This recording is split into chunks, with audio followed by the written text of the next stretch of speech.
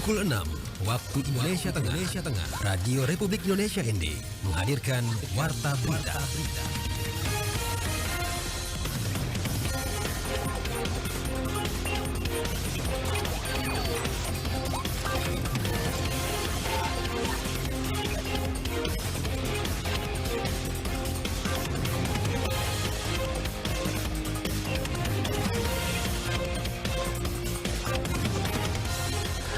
Selamat pagi saudara, Anda mendengarkan Warta Berita Daerah Produksi RRI ND edisi Rabu 2 April 2025. Saat di berita, PT Pelni Persero Cabang ND gencar mengedukasi masyarakat tentang penggunaan aplikasi Pelni Mobile untuk meningkatkan kemudahan dalam pemesanan tiket kapal.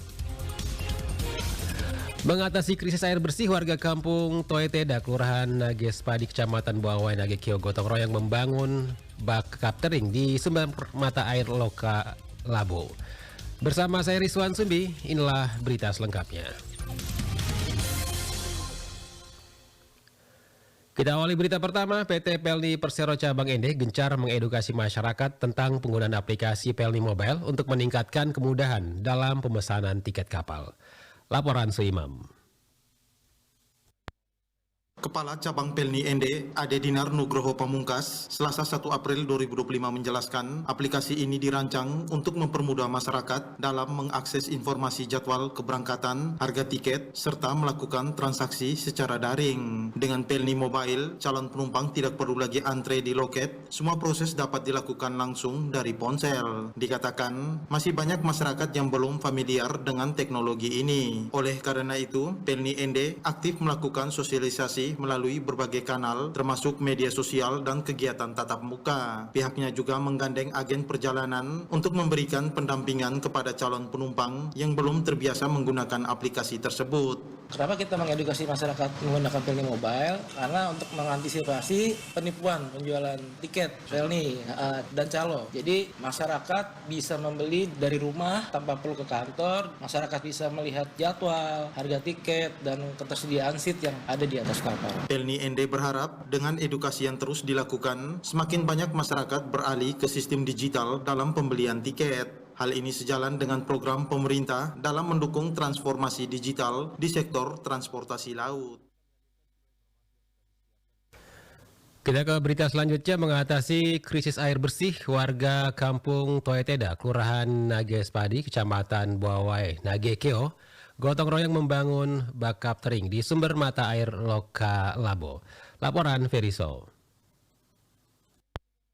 Warga kampung Toeteda, Kelurahan Nagespadi, Kecamatan Buawai, Nagekeo, gotong royong membangun bak kaptering di sumber mata air Loka Labo untuk mengatasi krisis air bersih. Pembangunan bak kaptering ini ditandai dengan peletakan batu pertama oleh Wakil Bupati Nagekeo Gonzalo Gratianus Mugasada Selasa lalu. Wakil Bupati Nagekeo Gonzalo memberikan apresiasi kepada masyarakat yang telah berinisiatif membantu pemerintah dalam mencari solusi mengatasi kebutuhan air bersih. Baginya air bersih menjadi program super prioritas yang harus dikerjakan oleh pemerintah. Hal ini guna memberikan kepastian akan pemenuhan kebutuhan air bersih bagi masyarakat di Kabupaten Nagekeo. Menurutnya, bak kaptering ini bukan hanya sekedar langkah pembangunan infrastruktur, tetapi sebagai wujud komitmen pemerintah dalam memenuhi kebutuhan dasar masyarakat, khususnya ketersediaan air bersih. Pembangunan fasilitas bak kaptering dilakukan secara berkelanjutan dengan melibatkan semua masyarakat setempat untuk menjaga dan memelihara fasilitas yang ada agar tetap berfungsi dengan baik dan dapat dirasakan manfaatnya dalam jangka panjang. Ini kalau omong dari program pemerintah, dia masuk dalam program super prioritas dalam air listrik. Dan kenapa air menjadi super prioritas? Karena mendesak, darurat, dan harus segera diselesaikan. Nah, ini masalahnya sudah berlarut-larut.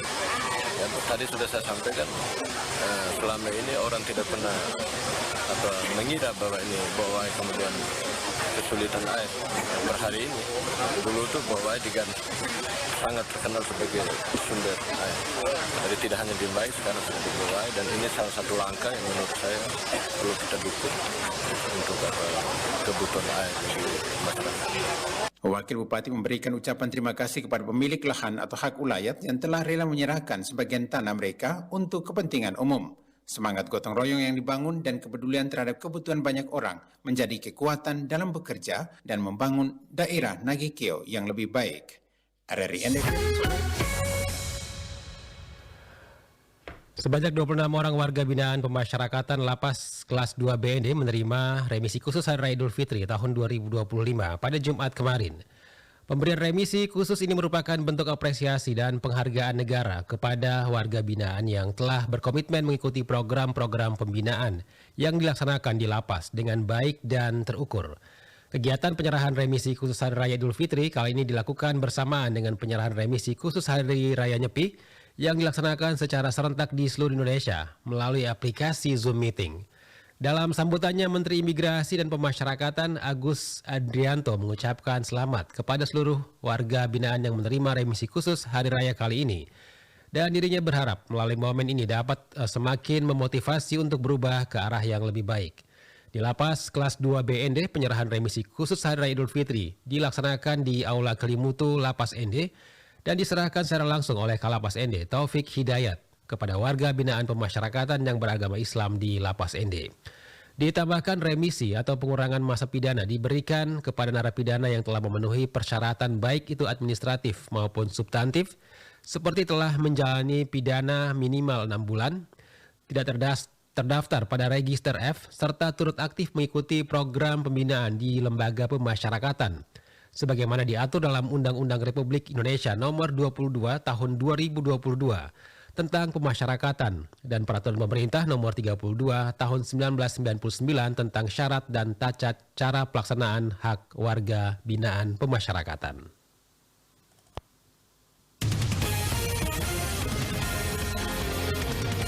Anda sedang mendengarkan Warta Berita RRI ND.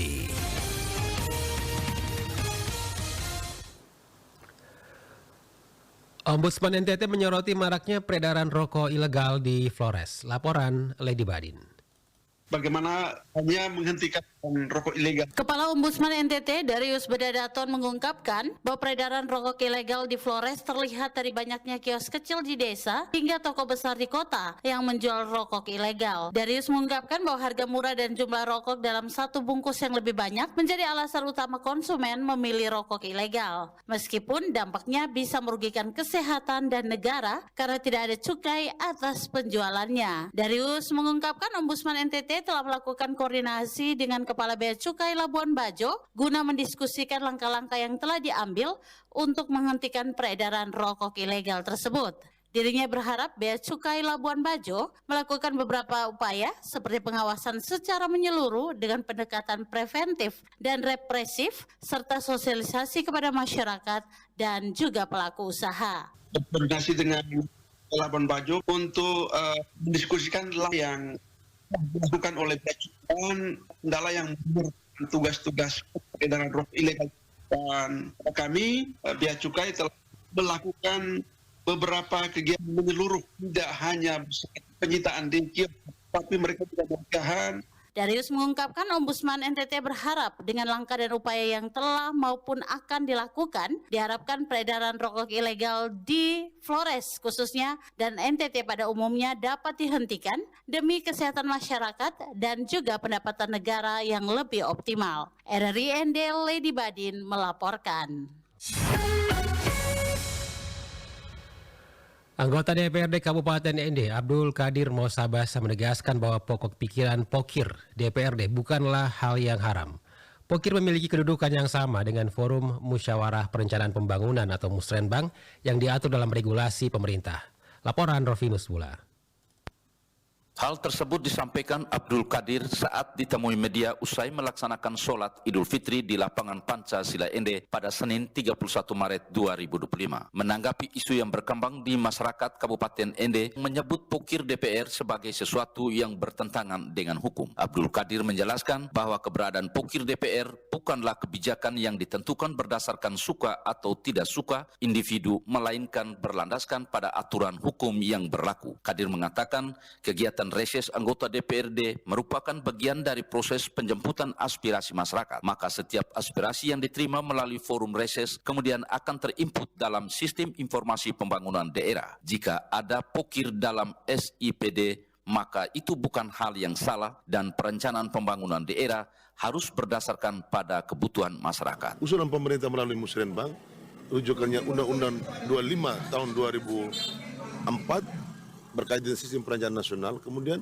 DPR punya begitu. Jadi APBD itu, keluaran di APBD itu merupakan kolaborasi antara anggaran yang partisipatif, politis, teknokratik, top up, top down. Nah, mereka melalui musrenbang, DPR melalui reses. Itu semua dilindungi oleh undang-undang. Jadi mengacu kepada Permendagri 70, dia mengatakan bahwa setiap perencanaan, penganggaran dan pengeluaran itu harus dilandasi dengan dasar hukum. Maka tidak ada alasan pemerintah untuk menolak pokir, tidak ada alasan. Tidak ada alasan pemerintah untuk menolak pokir. Kalau mau dalam posisi anggaran kita bermasalah, diskusi dengan DPR. Abdul Qadir mengatakan pokir merupakan usulan pengadaan barang dan jasa yang diajukan oleh DPR berdasarkan aspirasi rakyat. Hal ini penting dalam proses penyusunan rencana kerja pemerintah daerah setiap tahunnya. Ia juga menanggapi kekhawatiran sebagian pihak terkait interpretasi yang keliru tentang pokir DPR. Qadir meminta agar pemimpin organisasi perangkat daerah tidak salah memahami dan mentafsirkan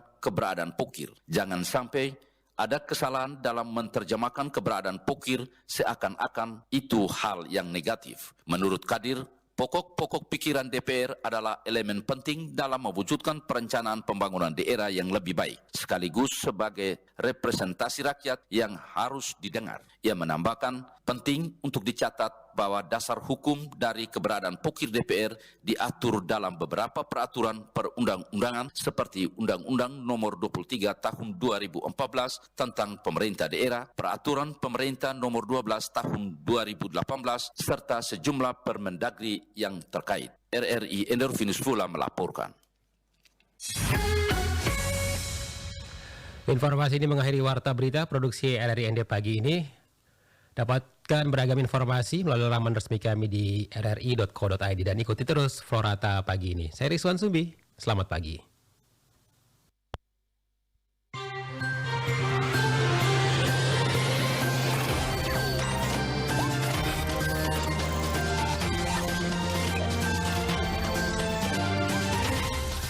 Terima kasih Anda telah mengikuti Warta Berita RRI ND.